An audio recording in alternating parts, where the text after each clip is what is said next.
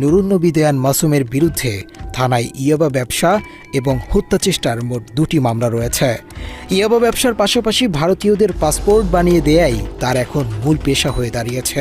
Stamp ভ্যান্ডারিংয়ের ব্যবসার আড়ালে গড়ে তুলেছেন ভয়ঙ্কর চক্র, যাদেরকে সাথে নিয়ে মাদক এবং মানব পাচারের রমরমা ব্যবসা চালিয়ে যাচ্ছে মাসুম।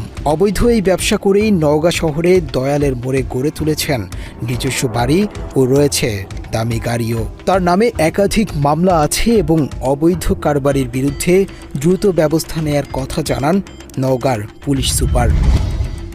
ভিন্ন কোনো দেশের নাগরিকের জন্য কেউ যদি অবৈধভাবে পাসপোর্ট তৈরি করে কিংবা জন্ম নিবন্ধন তৈরি করে, এটা অবশ্যই জঘন্যতম অপরাধ। আমি শুনেছি তার বিরুদ্ধে আগেও মামলা রয়েছে। ওই বিষয়টা আমি অবশ্যই তদন্ত করব। অচিরেই তদন্ত করে তার বিরুদ্ধে প্রাপ্ত তথ্য উপাত্তের ভিত্তিতে প্রয়োজনীয় আইন